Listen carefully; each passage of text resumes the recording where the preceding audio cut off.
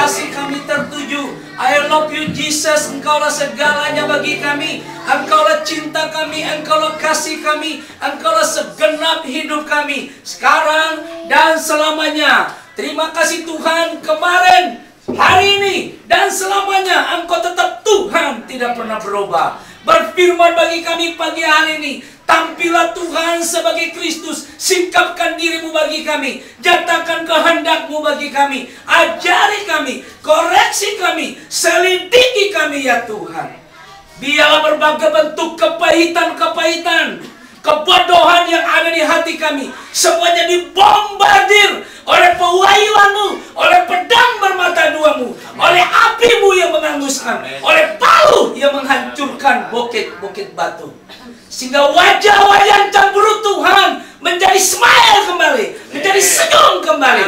Wajah yang asam dan kecut Tuhan, hamba berdoa supaya oleh api Roh Kudus-Mu Tuhan, semuanya Tuhan dihanguskan. Sehingga kami memiliki wajah Kristus yang seutuhnya, untuk kami hidup sekarang dan selamanya. Berfirman bagi kami, berbicara bagi kami dengan perantaraan Roh-Mu lewat hamba-Mu ini. Bagi kami semua, koreksi kami secara utuh, nyatakan kesalahan kami secara utuh, memperbaiki tingkah laku kami secara utuh, tonton kami dalam seluruh kebenaran, dan ajari kami untuk hidup sesuai kehendak-Mu. Di dalam nama Yesus Kristus, berfirman bagi kami. Amin. Ya, silakan duduk. Selamat pagi. Baik, mari kita buka Alkitab kita dalam Yohanes pasal yang ketiga. Seharusnya hari ini saya khotbah tentang membaca keadaan sama. Di dalamnya akan singgung tentang jodoh dan sebagainya. Tapi ternyata nanti ya. Tapi hari ini kita akan mendengar firman Tuhan dengan judul kekuatan kasih. Ya. Jadi hari ini kita akan mendengar pesan firman Tuhan dengan tema kekuatan kasih. Mari saudara lihat wajah saudara kiri kanan, pastikan nggak ada yang cemberut. Ada. Ada yang masih cemberut? Kalau saudara masih ada yang cemberut, berarti wajah saudara tuh bukan Kristus tapi setan. Berarti saya minta tahu sungguh-sungguh. Ini yang ngomong aja enggak cemberut kok, meskipun apa beda ini. Ya, ini serius ya. Kita hidup tuh bukan langkah mundur ya. Kita hidup langkah maju, dan saudara tidak akan pernah hidup di masa lalu. Perhatikan baik-baik, Anda tidak akan pernah hidup di masa lalu, dan Anda tidak akan pernah hidup di hari kemarin. Anda tidak akan pernah hidup di 1 menit yang lalu, tapi Anda hidup di sekarang ini dan seterusnya. Perhatikan itu baik-baik ya. Di dalam Kristus tidak ada langkah mundur, tapi maju terus. Yohanes pasal 3 ayat yang ke-16. Saya jemput saudara bangkit berdiri dan kita baca sama-sama. Yohanes pasal 3 ayat 16. Sudah? Ini anak sekolah minggu langsung buka klik dapat. Kalau Anda masih cari-cari berarti wah. Sudah? 2, 3. Karena begitu besar kasih Allah akan dunia ini, sehingga Ia mengaruniakan anaknya yang tunggal, supaya orang percaya kepadanya tidak binasa, melainkan beroleh hidup yang kekal. 2, 3.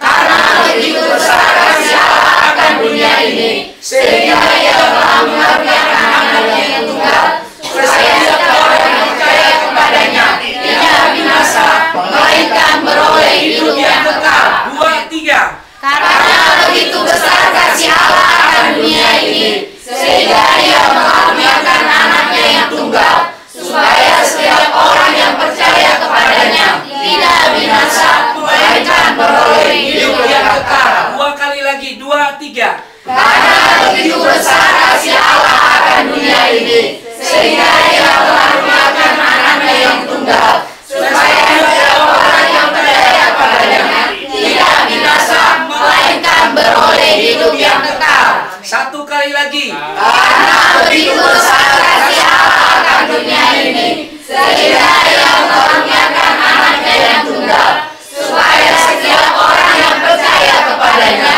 tidak binasa, melainkan beroleh hidup yang kekal. Amin. Ya. Jemaat Tuhan, serukan 1 kali lagi ayat ini. 2, 3. Karena begitu besar kasih Allah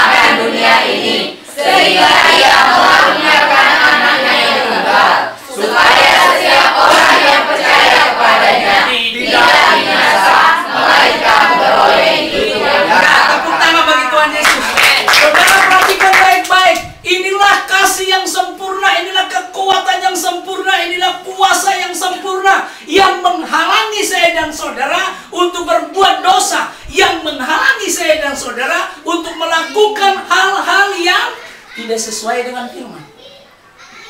Hanya apa? Kasih. Kasih itu memampukan saya dan saudara melakukan yang terbaik, di atas terbaik. Orang Inggris bilang the best of the best.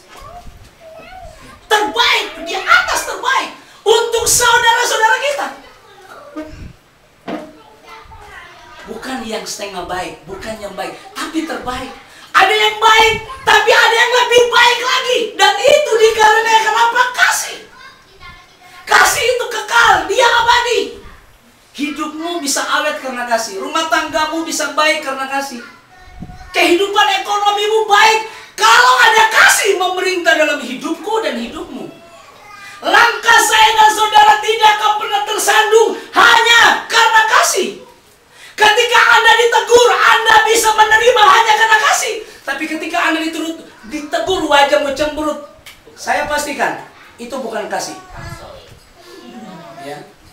Kalau Anda masih seperti itu, saya umumkan bertobat. Kalau enggak, Anda tidak punya hak untuk pengangkatan. Di akhir zaman ini enggak ada waktu lagi untuk kita alon-alon kelakon gosong, nggak bisa. Anda sakit, diobatin, dicubit, keluarkan lukanya. Anda mengerti? Tidak ada pernah orang sakit ke dokter, kemudian dokter bilang, sabar ya nak. Dia tanya, apa penyakitmu? Dia kasih obat kepada penyakitmu. Dia bersihin luka-lukamu. Saudara pernah bayangkan ya? Ketika Anda luka, silakan bawa di sini. Saya mau tunjukkan sama Anda. Perhatikan baik-baik. Misalkan dia luka pada pipi. Ini luka. Ini benar-benar luka karena kecelakaan memar. Ketika masuk di ruang UGD, unit gawat darurat, adakah suster bilang, gimana Pak, apa kabar? Enggak. Peralatan medis semua diambil, dibersihinnya, dicungkil-cungkilnya. Loh, ini benar. Ini serius. Dia bersihin. Sebuah kotoran dikeluarkan sampai merah, kemudian dikasih apa? Alkohol. Ketika alkohol dikasih apa? Pasti pedih. Mengapa alkohol? Untuk membunuh kuman. Setelah kuman dibunuh, kemudian dikasih obat. Baru diobat. Hanya firman yang bisa menyembuhkan saudara. Kadang-kadang kan demi selera kita. Dengar baik-baik. Demi selera kita bisa mengorbankan orang lain. Hati-hati loh. Ya. Wah, ini kan mauku. Berarti mau kamu matikan. Hanya mau Kristus yang harus hidup dalam diriku dan dirimu. Ya, dengar baik-baik. Ini serius. Ini serius. Kadang-kadang karena egois kita, saya pastikan orang yang Anda tidak sukai akan tetap mendampingi Anda. Udah digenapi kan? Makanya pastikan Anda dengan siapapun tidak ada musuh. Terkecuali satu, penguasa-penguasa di udara, pemerintah-pemerintah di udara, penghulu-penghulu di udara, roh-roh jahat di udara. Itu siapa? Setan, Lucifer, dan antek-anteknya. Dengar, darah dan daging bukan musuhmu. Manusia bukan musuh Anda. Bukan. Waduh, orang yang menyebalkan datang. Dia akan tetap datang sampai hatimu penuh pengampunan. Dia akan tetap datang sampai hatimu penuh dengan kasih yang melimpah. Oh, bukan 99%. Dengar baik-baik. Bukan 99%. Bukan 99,99. No. Tidak. Tapi 100% penuh. Perhatikan baik-baik. Upah mempelai tidak pernah separuh. Upah mempelai adalah penuh. Siapa sih yang mau pingin upah separuh atau tidak penuh? Semua Penuh saya jatuh situ. mau upah yang penuh? Memiliki kasih yang penuh. Mau upah yang sempurna? Memiliki kasih yang sempurna. Loh, ini serius, saudara. Ya. Dari tadi batinku bergejolak. Ini atau ini? Ini, oh iya, inilah dia. Harus tuntas. Saya dan saudara harus hidup dalam kasih yang seutuhnya. Kalau wajah orang itu muncul pada Anda masih menjengkelkan, ya, foto dia, plak. Taruh di kamar mandi di mana kamu ada, suka mandi. Taruh di kamar tidurmu, taruh di bantal tidurmu, taruh di kain selimutmu.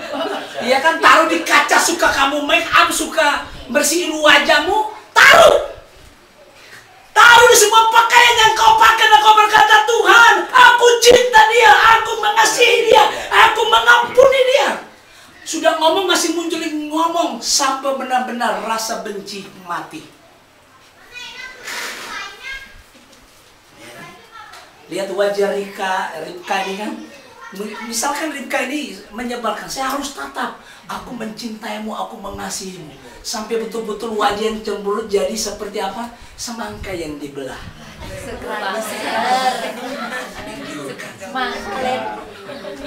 Semangka besar. Alkitab berkata orang yang penuh dengan cinta itu selalu penuh dengan kemanisan. Padanya manis selalu. Itu renungan kami tadi pagi di Kidung Agung. Semuanya manis, indah. Mulai dari ujung rambut sampai telapak kaki. Gaya jalannya indah. Segalanya indah. Karena apa? Kasih. Sentuhan pun apa? Indah. Wow. Anda mau seperti itu? Tuhan mau seperti itu bagi saya dan saudara. Tidak ada alasan, oh enggak ada. Minggu kemarin kan sudah dihardik, kenapa terlambat? Tidak boleh ada alasan, datangnya jam 8. Tapi ada juga yang masih untung belum khotbah. Bertobatlah. Ya masih datang terlambat, bangunin anak jam 3 pagi. Atau kalau tidak bisa urus anak, serahkan saya urus. Nah serius. Ini serius saudara, ini serius. Saya urus. Pastikan 4 jam sebelumnya mereka sudah saya kasih makan. Mau taruhan? Anda boleh uji saya. Saya urus. Ya, tak urus. Gratis. Ngampol kulkas siapa? Celana lagi yang baru. Ya kan? Benar, ini serius. Saya dan saudara harus kerjasama yang baik. Karena kalau Anda terlambat, Anda tidak tahu apa yang sudah terjadi kan? Itu kamu terlambat. Jadi jangan pernah terlambat. Ketika gadis-gadis bijaksana, gadis-gadis yang bodoh menunggu Yesus datang, Alkitab berkata mereka menunggu, tunggu, dandanan mereka udah cantik, sudah mantap. Coba Yani maju ke depan. Cepat gerakannya, ya kan? Nah, kan dandanan mempelai akhir zamannya kan seperti ini. Udah dandang, udah bagus. Ini, mempelai priaku mendatangi kepadanya, cintaku tertuju terus ngomong. Tapi lo kok nggak datang-datang ya?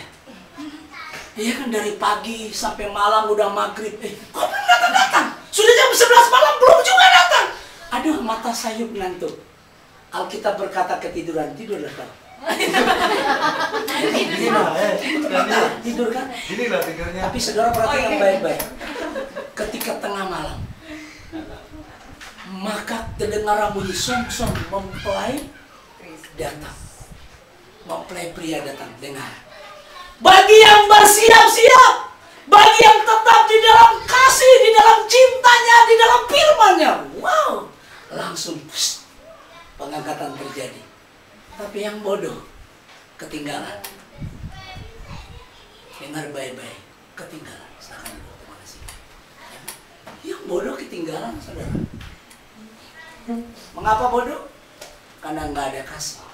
Saya mau beritahu, kasih jauh lebih penting dari pengetahuan Anda. Kasih jauh lebih penting dari keinginan Anda. Kasih jauh lebih penting dari titel Anda. Kasih jauh lebih unggul dari pengetahuan Anda. Lalu kita bilang, kasih Allah itu melampaui segala pengetahuan apapun. Dia sempurna. Itu harus ada pada saya dan saudara. Ya. Kalau masih belum juga mengampuni, tampar mulut-mulut. Ngomong mengampuni. Nah iya. Ngomong. supaya Anda dilatih untuk ucapkan yang baik. Ya. Ini serius.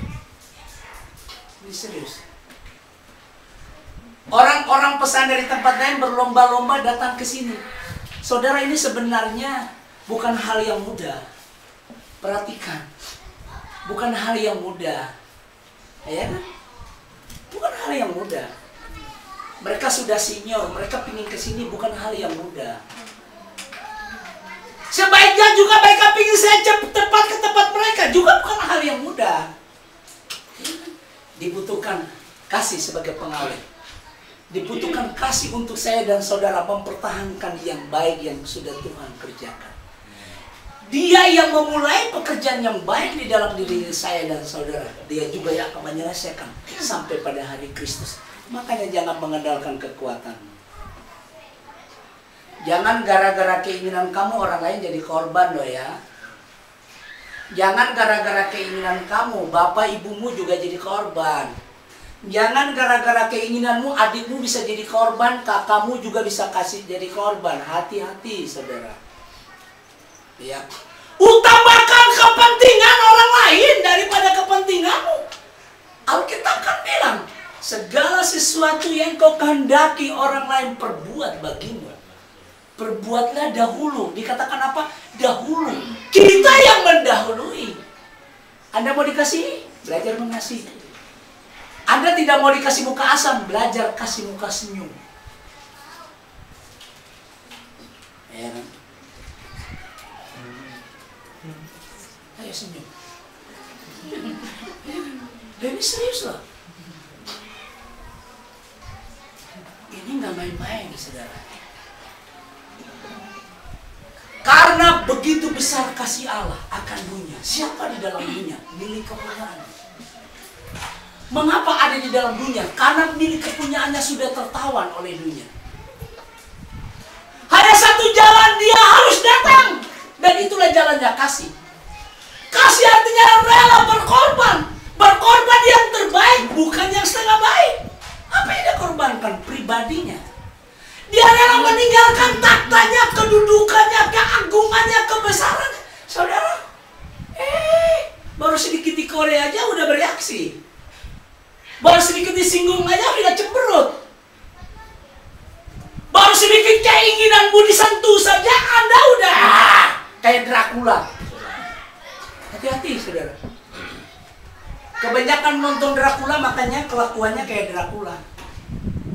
Anda dan saya harus sering nonton I Love You Jesus. Nikmati firman, maka kelakuanmu akan seperti firman. Maka tingkah lakumu akan seperti firman. Tingkah lakuku dan tingkah lakumu akan seperti Kristus. Ini yang Tuhan mau bagi saya dan saudara. Tidak ada gunanya engkau terus hidup dengan panas hati, dengan sebal hati, tidak ada gunanya. Tidak ada gunanya engkau mempertahankan wajahmu yang terus cemberut. Apa untungnya? 1 minggu saja kamu seperti itu, dipastikan sarafmu terganggu. Mau sarafmu terganggu? Minta saya doain, gak aku doain. Nikmati saja sarafmu yang terganggu karena kamu bodoh. Kalau saya gak mau, gak akan kudoakan. Karena dinasihati gak dengar, gak akan kudoakan. Gak. Om gak punya kasih, yang bilang gak punya kasih siapa? Akibat dari kamu menolak didikan, kamu harus terima. Harus terima. Ya. Anda dan saya harus benar-benar serius, saudara. Ya. Kita harus benar-benar hidup dalam kasih Kristus secara utuh. Ini serius. Dia meninggalkan segala sesuatu. Alkitab berkata, dia mengambil rupa seorang hamba. Dengar baik-baik, hamba. Dengar baik-baik, Kristus mengambil rupa seorang hamba. Saya tanya, hamba itu kira-kira kelihatan enak nggak? Penampilan bagus nggak? Hamba itu terhina, saudara. Dia mengambil rupa seorang hamba, bukan rupa seorang tuan, bukan rupa seorang majikan, bukan rupa seorang ajudan, tapi seorang hamba. Sudah ambil rupa seorang hamba, dilahirkan lagi di kandang. Sudah dilahirkan di kandang anak tukang kayu, kamu tahu apa kamu? Ya kan? Saya brilian, saya keturunan ahli Taurat. Saya keturunan bapakku yang ganteng. Dia bilang ganteng siapa? Ya. Kadang-kadang kita gitu loh. Saking fanatik sukunya ya kan. Fanatiklah hanya kepada satu pribadi, yaitu Kristus. Dia ambil rupa seorang hamba.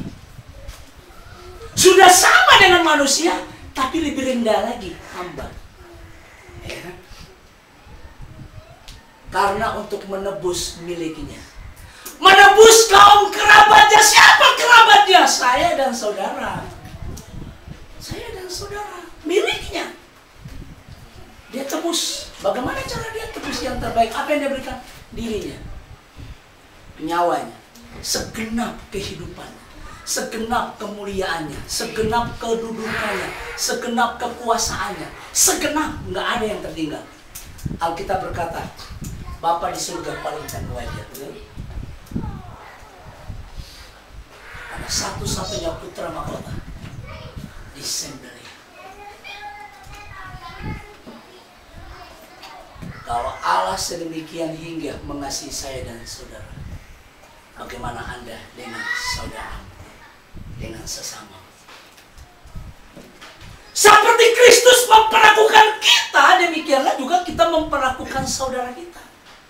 Dia mau jutek ke, dia mau senyum ke, dia nggak senyum ke, wajahnya menyebalkan, tunjukkan kasih. Tunjukkan kasihmu.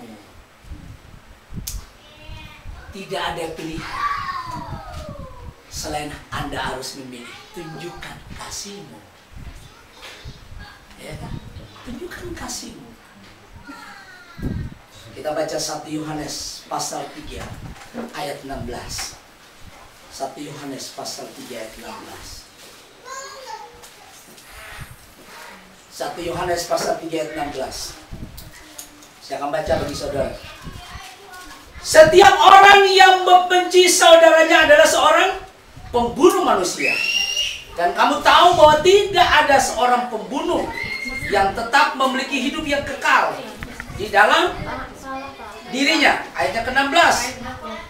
1 Yohanes pasal 3 ayat 15-16. Demikianlah kita ketahui kasih Kristus, yaitu bahwa Ia telah menyerahkan nyawanya untuk kita. Jadi kita pun wajib menyerahkan nyawa kita untuk siapa? Saudara-saudara kita. Kalau masih ada kebencian, nggak perlu banyak, dikit aja. Dikit aja. Sedikit apa? Dikit aja, nggak usah banyak. Dikit. Saudara tahu, ini ada benih loh, dia bisa berkembang. Ada tuh? Dia bisa berkembang. Lama-lama dia kuasai pikiranmu. Setelah dia kuasai pikiranmu, dia kuasai tatapan matamu jadi lihat. Setelah tatapan matamu jadi lihat, pendengaranmu jadi sensitif. Iya kan? Sensitif. Kalau pendengaranmu sudah sensitif, mulutnya apa? Wek. Setelah mulutnya wek, tindakannya juga pasti nggak lurus. Sudah pasti. Makanya ini harus dihapus. Penghapusnya siapa? Darah Kristus. Nggak ada yang lain. Penghapusnya darah. Maukah Anda menyerahkan nyawamu bagi saudara-saudaramu? Harus. Taruhannya nyawa loh saudara. Tapi lihat, nyaris kami nggak mati demi saudara-saudara kami di Kuaro. Loh ya, nggak mati kita. Itu nggak gampang loh, setir tuh copot tiangnya tuh lepas. Mobil laris arah kanan di tengah jalan tuh trotoar, arah mobil ke trotoar tinggal kira-kira 1 jengkal aja. Saya udah lihat kok, kepala mobil udah lihat. Tapi saya nggak ngomong, tenang aja. Setirnya dulu udah terputar, nggak karu-karuan, kosong. Tapi saudara tahu, tiba-tiba mobil dibelokkan sama malaikat Tuhan ke kiri. Ke kiri jalan langsung. Setelah sampai kiri jalan, saya kasih lihat rem. Mati. Siapa yang menggerakkan itu? Bukan saya, tapi tapi Kristus.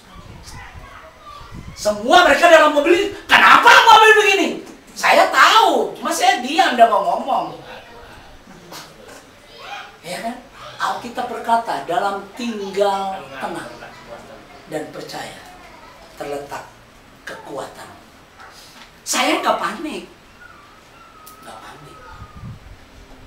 Ya kan? Mobil itu bodinya boleh gede, tapi hanya bisa dikendalikan oleh seorang jurumudi yang takut akan Tuhan. Kapal itu boleh gede, tapi dia ditaklukkan oleh seorang jurumudi yang takut akan Tuhan. Dunia ini boleh besar, tapi dunia ini akan ditaklukkan oleh seorang jurumudi yang penuh dengan kasih Kristus, yaitu saya dan saudara. Di depan kita banyak kejahatan, tapi kejahatan hanya bisa jadi sirna hanya oleh tampilnya Pak Budi yang adalah kasih, tampilnya Pak Taji yang adalah kasih, tampilnya saya dan saudara yang adalah wujud kasih Allah itu. Kenapa diam aja? Amin. Anda ini bengong apa ngerti?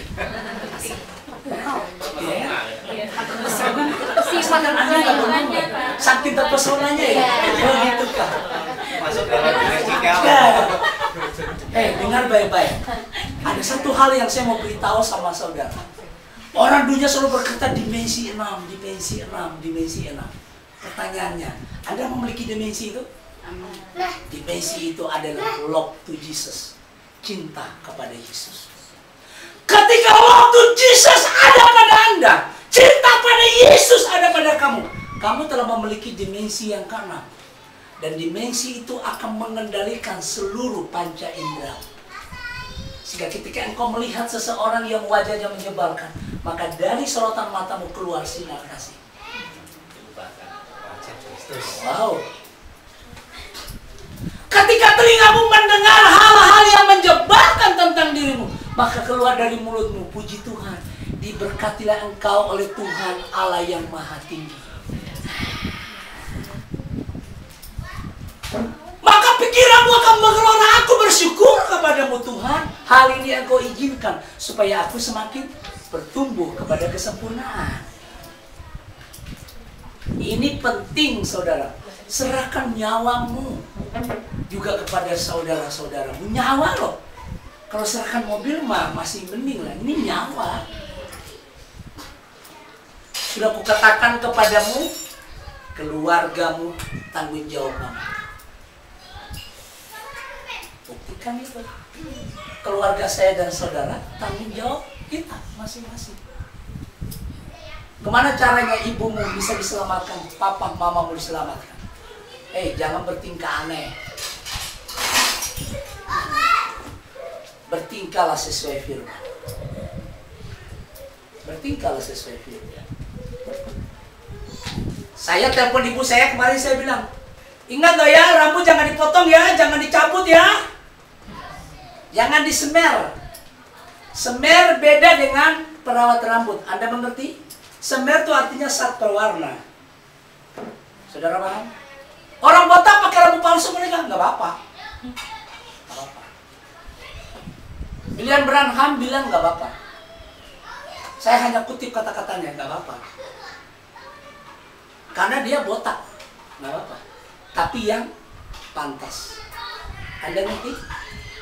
Saya hanya ngutip, pinjam kata-katanya doang. Kalau sambung nggak? Kenapa? Kalau disambung nggak boleh. Sambung nggak boleh. Sambung rambut nggak boleh. Nah, perhatikan baik-baik. Pastikan saya dan saudara tetap membiarkan rambut tumbuh panjang bagi yang wanita. Yang laki-laki rambutnya dipotong seperti laki-laki. Jangan kayak Ronaldo. Ya. Saya dan saudara bukan Ronaldo loh ya. Saya dan saudara adalah Kristus Junior. Kayak potong 2 kali loh. Umat Tuhan kembali ke firman. Serahkan nyawa bagi saudara-saudara. Istri yang baik yang cinta suaminya, serahkan nyawa. Uang gaji nggak masuk di rekening kamu nggak apa-apa. Kristuslah yang kasih masuk di rekening kamu. Belum cair. Fee-nya nggak apa-apa.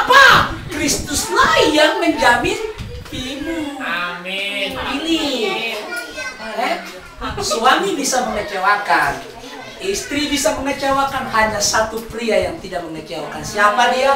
Kristus. Katanya, kepadanya cintaku tertuju. Betul. Dia bilang, berikan nyawamu juga bagi saudaramu. Katanya kepadanya cintamu tertuju. Jangan-jangan cintamu tertuju kepada yang lain nih. Wow. Hati-hati loh. Jangan sampai cintamu tertuju kepada yang di luar pagar. Dia bilang, hai kan? Sudah hai pakai gaya lagi kan? Dia terus menggoda di SMS. Udah makan pagi belum? Apa kabar dia kan? Ketemu di Robinson dia kan? Atau di Giant, atau di Big Mall. SMS selalu masuk kan? Anda harus dengan tegas langsung hapus. Ya kan? Tidak, cintaku hanya untuk Kristus. Iya. Gak boleh ada yang lain. Saya mau beritahu, dipastikan di akhir zaman ini makin sulit dan makin sulit. Saya mau tanya, yang bikin masalah orang dunia apa anak-anak Allah? Anak-anak Allah. Kisah Kejadian pasal 6 yang bikin masalah bukan orang dunia loh, anak-anak Allah. Dilihatnya anak-anak manusia itu apa? Cantik, beautiful. Sudah beautiful lagi, artinya cantiknya itu loh. Dilihatnya, matamu tuh loh. Dilihatnya. Lalu diambil siapa saja yang mereka sukai. Tuhan marah karena cintamu melenceng. Cintamu sudah berserong. Jangan pernah jawab SMS. Jawablah SMS dari kekasihmu, yaitu Kristus. Om enggak, yang gak pernah muda aja. Ya sekarang pun saya masih muda kok.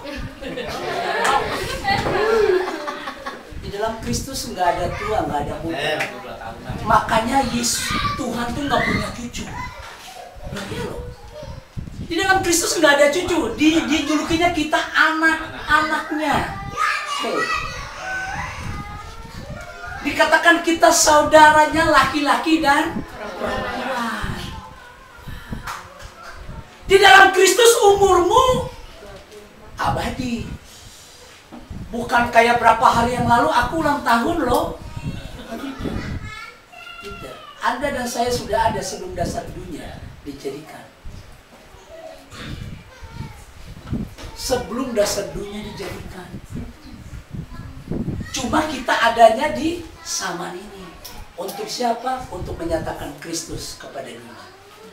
Dikatakan saya dan saudara wajib memberikan nyawa bagi saudara-saudara kita. Tapi dasarnya harus kasih. Itulah kekuatan yang abadi. Kekuatan yang kekal. Ya, kita lihat lagi. 1 Yohanes pasal yang kedua ayat yang ketiga. 1 Yohanes pasal 2 ayat yang ketiga. Tanda saya dan saudara mengenal Allah. Tanda saya dan saudara penuh dengan kasih Tuhan. Itu apa? 1 Yohanes pasal yang kedua ayat yang ketiga. Inilah tandanya bahwa kita mengenal Allah, yaitu jikalau kita menuruti perintah-perintahnya. Jadi tanda, bukti bahwa saya dan saudara mengenal Tuhan. Turuti perintah-perintahnya dari mana? Kejadian sampai Wahyu. Kejadian pasal 1 sampai Wahyu pasal 22. Nggak ada pasal 23. Stop sampai di pasal 22. Itu bukti. Yohanes 14 ayat yang ke-15. Yohanes 14 ayat 15. Barang siapa mengasihi aku, ia harus menuruti segala perintah-perintahku. Yohanes 14 ayat 15. Yesus berkata, barang siapa mengasihi aku. Dikatakan barang siapa, artinya siapa saja di antara saya dan saudara. Bukti bahwa kita mengasihi Kristus adalah kita menuruti perintah-perintahnya. Salah satu perintahnya adalah kasihilah sesamamu manusia. Kasihilah musuhmu. Ampunilah mereka. Doakanlah mereka.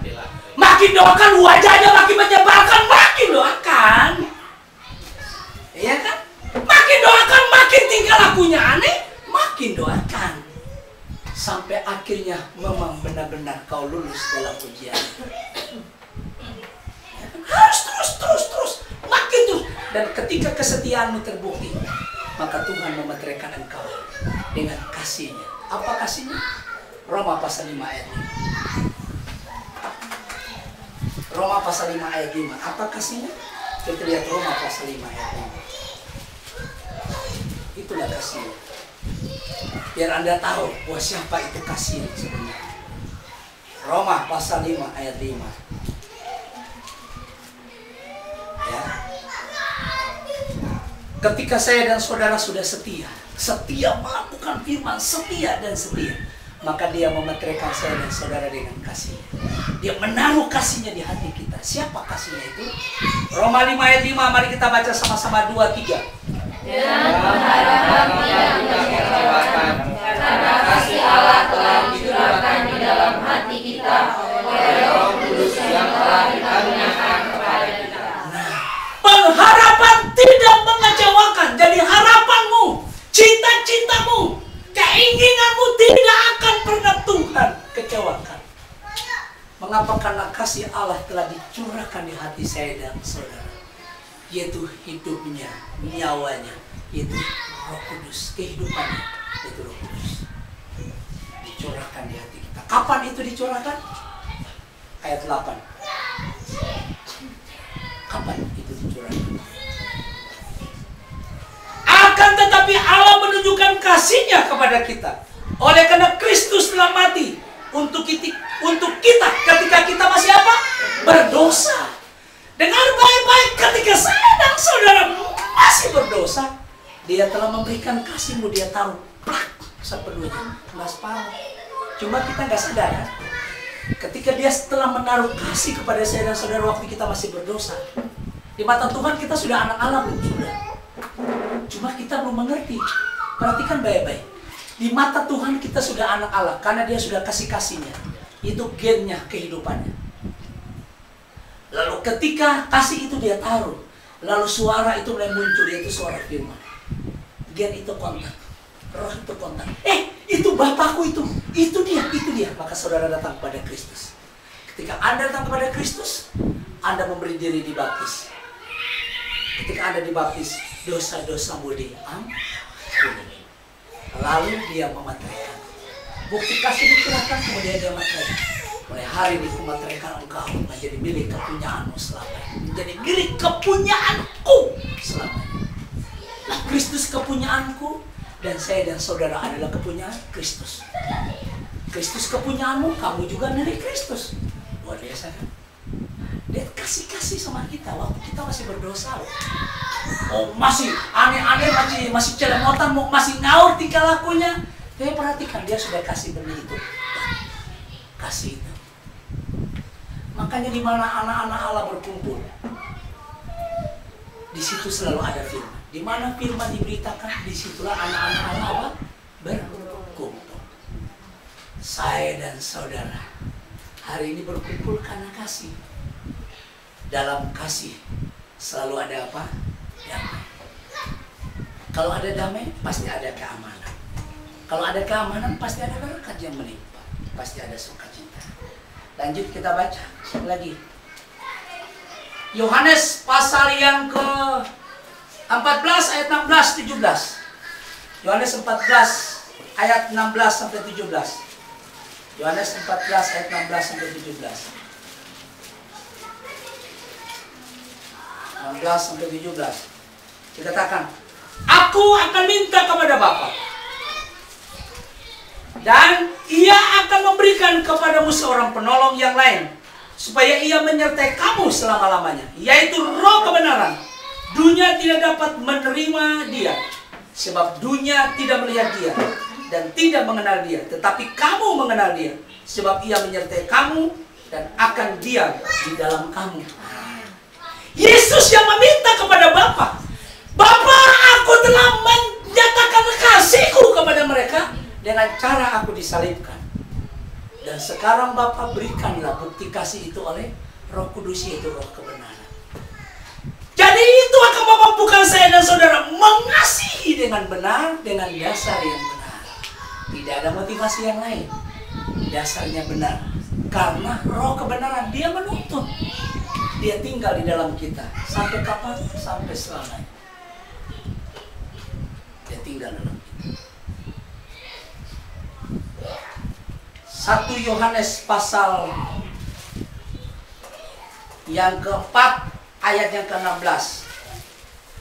1 Yohanes 4 ayat 16. Ya, kita baca 1 Yohanes 4 ayat 16, saya baca. Kita telah mengenal dan telah percaya akan kasih Allah kepada kita. Allah adalah kasih, dan barang siapa tetap berada di dalam kasih, ia tetap berada di dalam Allah. Dan Allah adalah di dalam dia. Nah, lihat kan? Dikatakan begini, kita telah mengenal dan telah percaya akan kasih Allah kepada kita.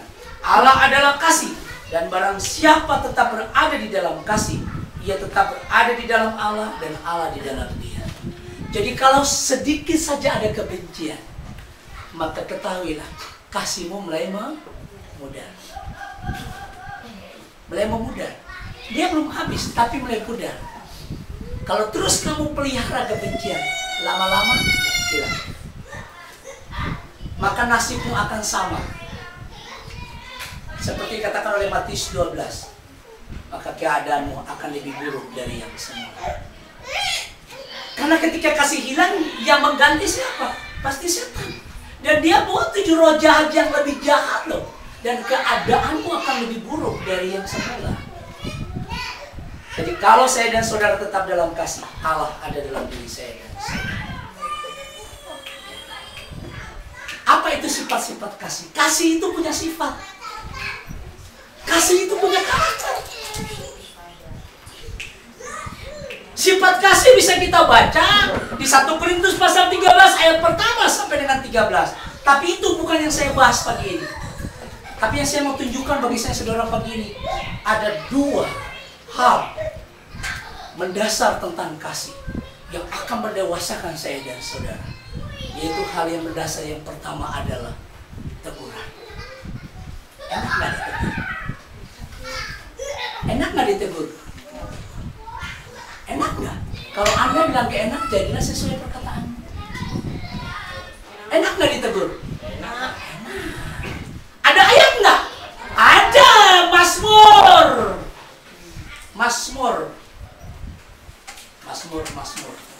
Kita baca Mazmur 117 ayat 2. Mazmur 117 ayat 2. Mazmur 117 ayat 2. Ya, Mazmur 117 ayat 2. Dikatakan begini. Sebab kasihnya besar atas kita dan kesetiaan Tuhan untuk selama-lamanya. Amin. Mazmur 141. Kita loncat ke Mazmur 141. Mazmur 141 ayat yang kelima. Ya. Kasihnya besar kan atas saya dan saudara kan. Nah karena kasihnya besar, maka dia kasih kita palu atau rotan. Jadi katakan, biarlah orang benar memalu dan menghukum aku. Itulah apa? Kasih. Saudara pernah dengar cerita nggak? Sini Pak Mudir. Jadi gayanya sepertinya penuh kasih. Dia datang lalu dia mencium Yesus. Tapi setelah dia mencium apa? Disalibkannya, dijualnya. Hei, hati-hati dengan ciuman saudara lo ya. Pastikan itu kasih. Ya. Karena kasih itu memalu. Sakit nggak? Sakit. Biarlah orang benar memalu itu kasih. Malu loh. Kok bentuk kepala kasih. Aduh, nggak apa-apa. Tapi jangan adunya kelamaan. Terima kasih Tuhan. Ya, Daud bilang, biar orang benar memalu. Itu kasih. Dipalu enak nggak? Lo palu lo. Sakit. Tapi itu kasih. Apa yang dipalu? Kebodohan. Apa yang dipalu? Tingkah lakumu yang aneh-aneh itu loh, yang tidak sesuai firman, itu yang dipalu. Apa itu palu? Palu adalah firman. Mau ayatnya? Yeremia. Firman Tuhan bagaikan palu yang menghancurkan bukit batu. Yeremia pasal 23.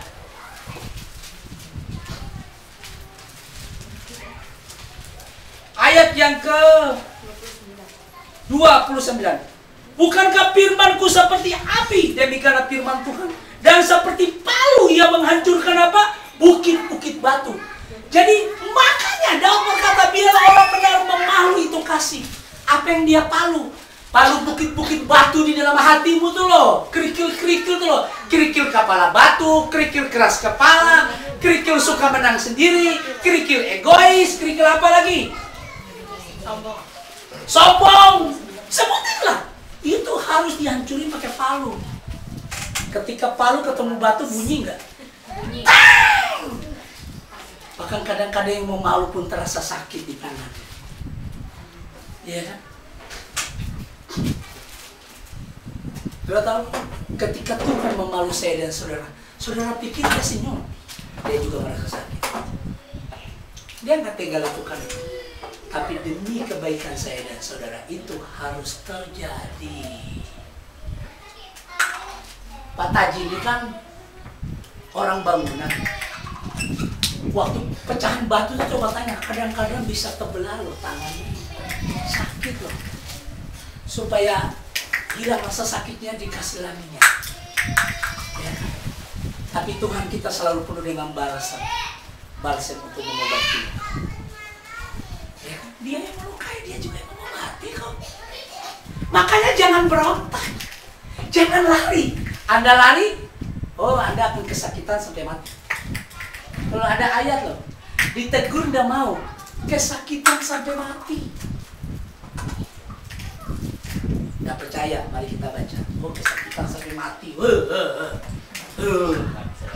Ya kan? 2 Tawarik pasal 16. Ya kan? Kesakitan sampai mati. 2 Tawarik pasal 16. Ayat 1 sampai dengan 13. Ya kan? Ada seorang raja namanya Raja Asa. Dia memulai pemerintahannya dengan takut akan Tuhan. Dia hidup takut akan Tuhan. Dia menuruti perintah-perintah Tuhan. Dia melakukan firman Tuhan. Alkitab berkata di pasal 16. Ya kan?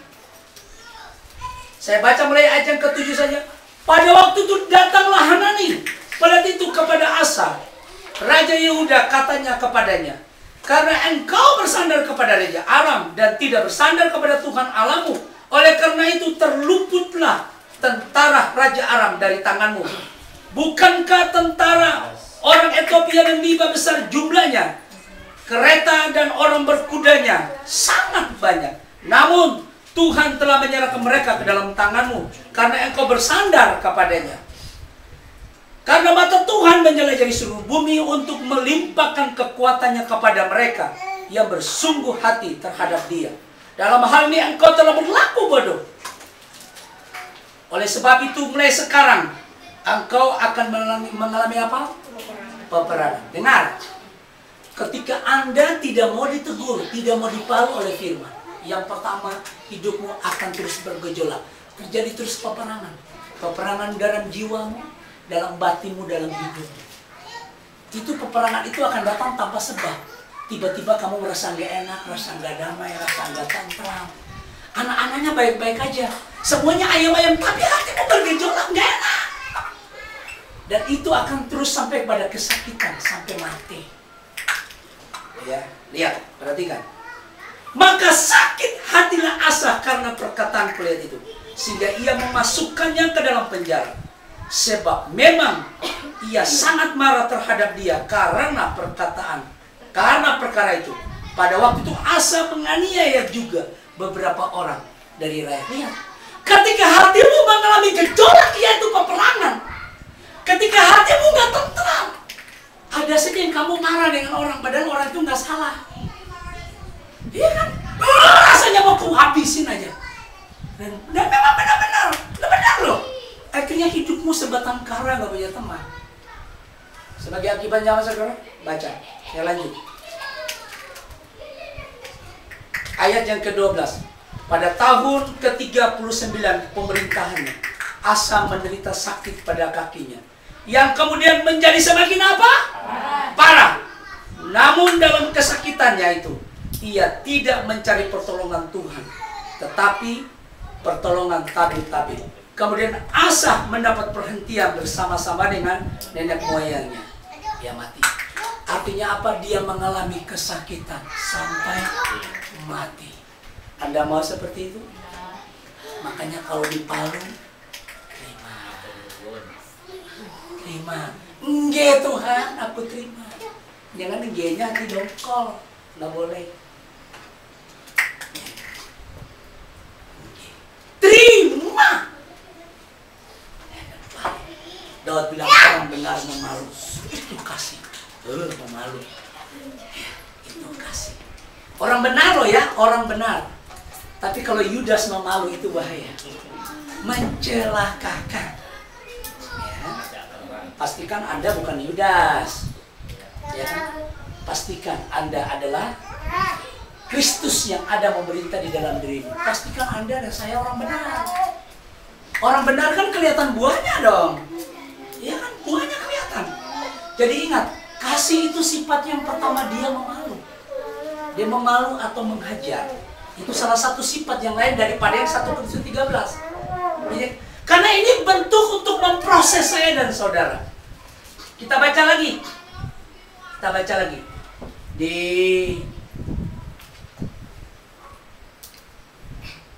Ibrani pasal 12. Ibrani 12 ayat 5 sampai 11. Ibrani 12. Ya. Ayat 5 sampai dengan 12. Katakan gini, saya baca mulai ayat 5. Dan sudah lupakah kamu akan nasihat yang berbicara kepada kamu seperti kepada anak-anak? Hai anakku, janganlah anggap enteng didikan Tuhan, dan janganlah putus asa apabila engkau diperingatkannya. Karena Tuhan mengajar orang yang dikasihinya dan menyesal orang yang diakuinya sebagai apa? Anak. Jadi karena kamu salah dan karena kamu adalah anak, dia menyesal. Dia menghajar. Terus dihajar itu kan dibukul. Itu sakit. Karena dia akui saya dan saudara sebagai anak. Lanjut dikatakan, jika kamu harus menanggung ganjaran, Allah memperlakukan kamu seperti anak. Jadi dia memperlakukan saya dan saudara seperti anak. Di manakah terdapat anak yang tidak dihajar oleh ayahnya?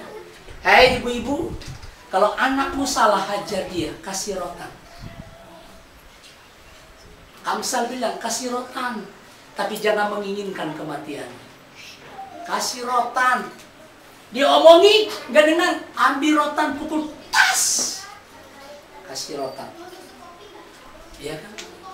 So, ketika Anda gak kasih rotan, ini masalah. Itu bisa saudara baca ayatnya di Amsal 13 ayat 24 itu ada. Harus kasih rotan. Ya. Oke, saya baca lanjut ya. Dikatakan begini.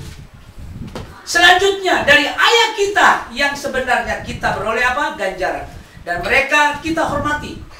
Kalau demikian, bukankah kita harus lebih taat kepada Bapa segala roh, supaya kita apa? Beroleh hidup. Sebab mereka mendidik kita dalam waktu yang pendek, tetapi sesuai dengan apa yang mereka anggap baik.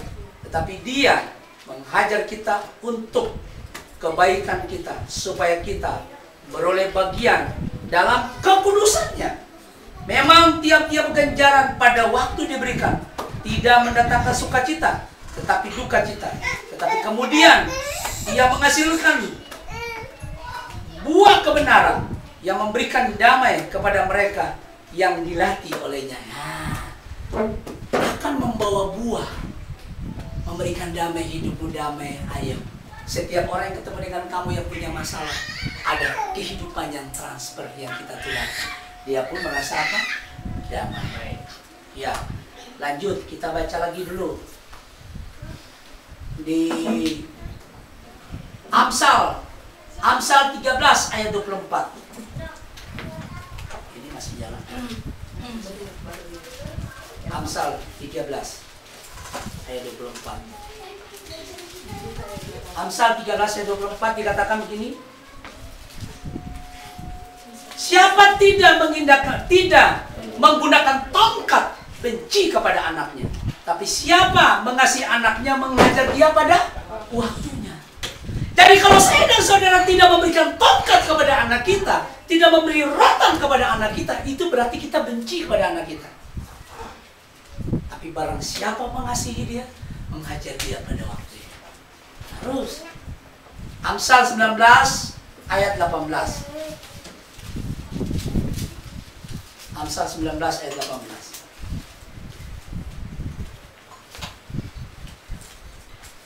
Ajarlah anakmu selama ada harapan, tetapi jangan engkau menginginkan kematiannya. Selagi ada harapan, hajar dia. Tapi dasarnya kasih. Ketika saya mendidik anak saya menghajar. Hati ini luka, saudara. Ya, luka, sedih. Tapi memang wajar, harus seperti itu, supaya dia berubah. Bapa pun di surga memperlakukan saya dan saudara setia. Ya, hajar itu tidak enak. Karena ketika kita tidak mendengar didikan, ini masalah. Ya. Ada seorang rasul yang berbuat salah. Oh, dia ditegur. Kita lihat ayatnya. Galatia pasal 2 ayat 11-14. Jadi kasih itu dia juga menghajar atau memalu, tapi kasih itu yang kedua dia juga apa? Menegur. Kita lihat di Galatia. Galatia pasal 3. Ya kan? Judulnya Paulus bertentangan dengan Petrus. Oh, Paulus rasul, Petrus rasul. Ya kan? Nah, lihat saudara, kita baca. Tetapi waktu Kepas datang ke Antioquia, aku berterang-terangan menentangnya, sebab ia salah. Karena sebelum beberapa orang dari kalangan Yakobus datang, ia makan sehidangan dengan saudara-saudara yang tidak bersunat. Tapi setelah mereka datang, ia mengundurkan diri dan menjauhi mereka karena takut akan saudara-saudara yang bersunat. Dan orang-orang Yahudi yang lain pun turut berlaku munafik dengan dia, sehingga Barnabas sendiri turut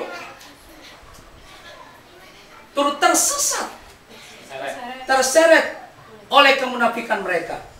Pada waktu kulihat bahwa kelakuan mereka itu tidak sesuai dengan kebenaran Injil, aku berkata kepada Kepas di hadapan mereka semua, jika engkau seorang Yahudi hidup secara kafir,